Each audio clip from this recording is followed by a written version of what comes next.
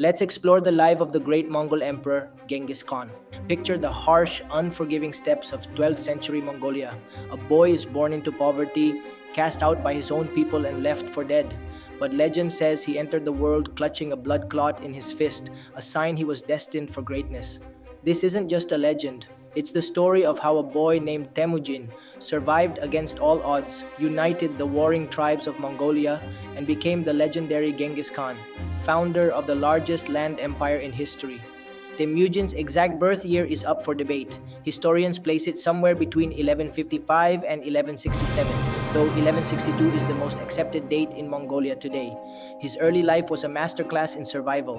His father, a minor clan leader, was poisoned by rivals when Temujin was just 9 years old. In an instant, his family's world fell apart. Without a leader, their own tribe saw them as a liability and abandoned them. Cast out on the brutal steppe, Temujin's family was forced into extreme poverty, surviving on whatever they could hunt or forage. This harsh new life forged a ruthless survival instinct in him. When his older half-brother Bekter refused to share food, Temujin and his brother didn't just argue, they hunted and killed him, cementing Temujin's position as the head of the family. He was even captured and enslaved by a rival clan before pulling off a daring escape, an act that kick-started his reputation as a man to watch. Despite his brutal start, Temujin had a natural charisma that drew people to him. He knew that to thrive, he couldn't do it alone. He needed allies. He started gathering followers, men drawn to his sheer will and courage.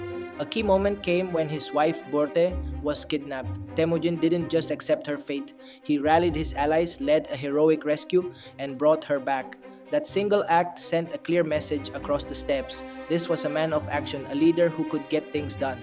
Temujin was a brilliant strategist, not just on the battlefield but in politics. He used marriages and alliances to weave a network of power. But his most radical idea was promoting men based on merit and loyalty, not their family name. Think about that. In a world built on bloodlines, he was rewarding skill. This earned him the unbreakable loyalty of ordinary warriors. Through a mix of diplomacy and ruthless warfare, he did what no one thought possible. He united the Mongols. In 1206, at a great assembly called Akurultai, he was named Genghis Khan, the universal ruler. With the tribes united, Genghis Khan unleashed his ambition on the world. He transformed his people into one of the most disciplined and lethal military forces ever seen.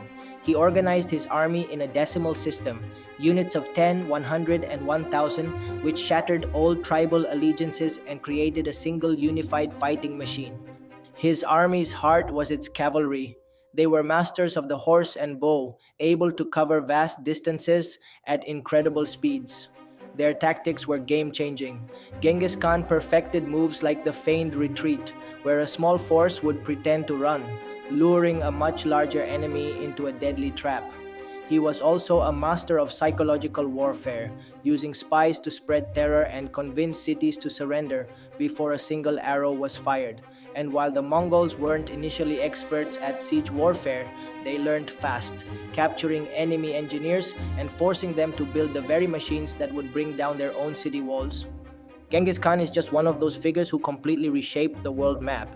If you love stories of epic ambition, strategic genius, and history-changing conquests, make sure you subscribe and ring that notification bell for more.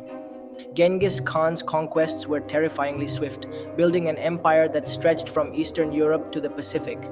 He initiated the invasions of powerful empires in Persia and China, creating a path of destruction but also connecting East and West like never before.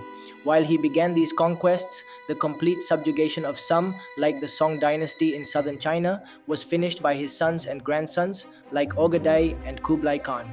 The empire, however, was held together by his unique genius. After his death in 1227, it was divided among his heirs, but rivalries and infighting soon began to tear apart the unity he had built. Today, the legacy of Genghis Khan is complicated. To many, he was a ruthless conqueror who left millions dead. But in Mongolia, he's a national hero, the father of their nation who created a legal code and even practiced religious tolerance in his empire. So what was he? A bloodthirsty tyrant or a visionary nation builder? The story of Temujin, the boy who survived, suggests he was both. What do you think? Let us know in the comments below. If you are fascinated by history, mysteries, ancient civilizations, and the hidden secrets of our world, explore my channel. I share captivating short videos that uncover the past, reveal untold stories, and ignite your curiosity about the wonders of humanity.